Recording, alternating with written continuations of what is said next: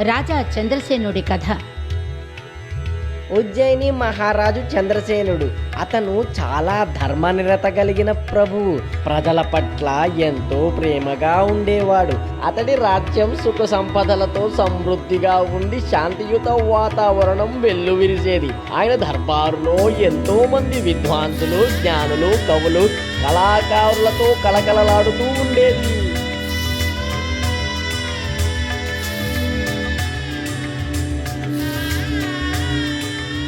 కాశీనగర ఉద్దండ పండితులైన శివదత్తులకు స్వాగతం.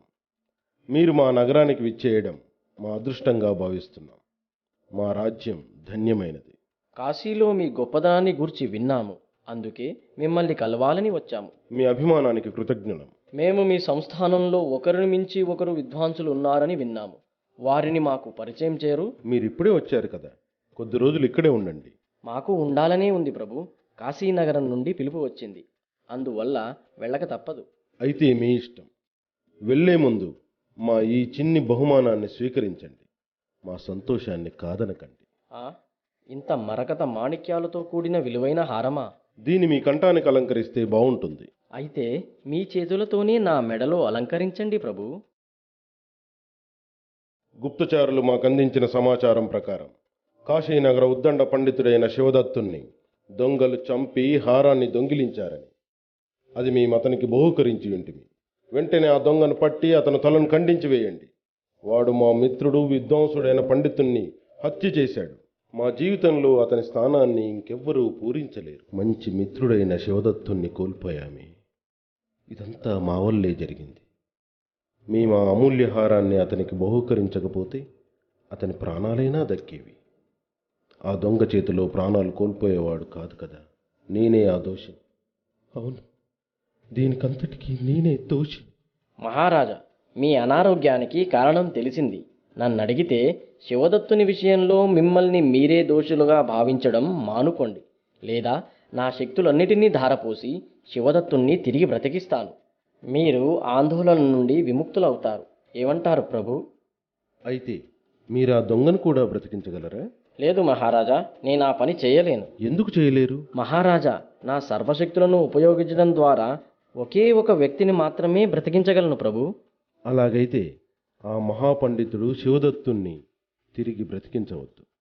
నేను మరింత పాపాన్ని మూటగట్టుకోదలుచుకోలేదు. అయితే రాజా విక్రమార్క, చంద్రసేనుని కథ విన్న తరువాత నీకేమర్థమైందో నేను అడిగే ప్రశ్నలకు సమాధానమివ్వు. రాజా చంద్రసేనుని నిర్ణయం సరైనదా కాదా? విచిత్రమైనదా లేదా?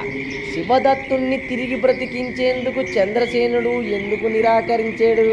రాజా విక్రమార్క, నాకు తెలుసు నీకు ప్రశ్నలన్నిటికీ సమాధానం తెలుసునని. నీవు సరి అయిన సమాధానం ఇచ్చినట్లయితే తిరిగి నేను ఆ మర్రి చెట్టు పైకి వెళ్ళిపోతాను. నన్ను ఎక్కడైతే క్రిందకు దించి మోసుకొచ్చావో అక్కడికి వెళ్ళిపోతాను. ఒకవేళ నీకు సమాధానం తెలిసి తప్పుడు సమాధానం చెప్పావనుకో, నీ తల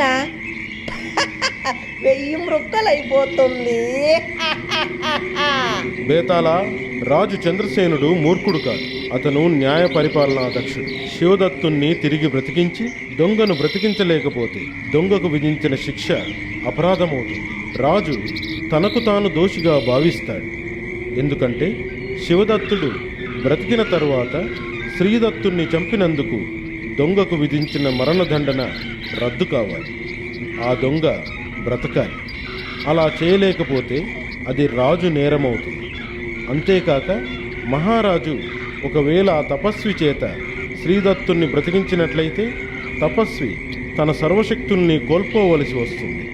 అందువలన చంద్రసేన మహారాజు మరింత పాపానికి పాల్పడి ఇంకా దుఃఖించవలసి వస్తుంది. ఓ రాజా, నీవు చెప్పిన సమాధానము నన్ను బాగా సంతోషపరిచింది. దీనివల్ల నీ యొక్క బుద్ధి కుశలత, న్యాయ దక్షత నాకు అర్థమైంది. కానీ మహారాజా, మరిచావా? నేను నిన్ను ముందే హెచ్చరించాను కదా. ఒకవేళ నీవు బదులు పలికితే నేను తిరిగి ఆ మర్రి చెట్టు వద్దకు వెళ్ళిపోతానని. మహారాజా విక్రమార్క, నేను తిరిగి వెళ్ళిపోతున్నాను. వెళుతున్నాను మహారాజా, వెళుతున్నాను. నేనంత తొందరగా ఓటమిని ఒప్పుకోలేను. నేను వస్తున్నా బేతాళ, నేను వస్తున్నా.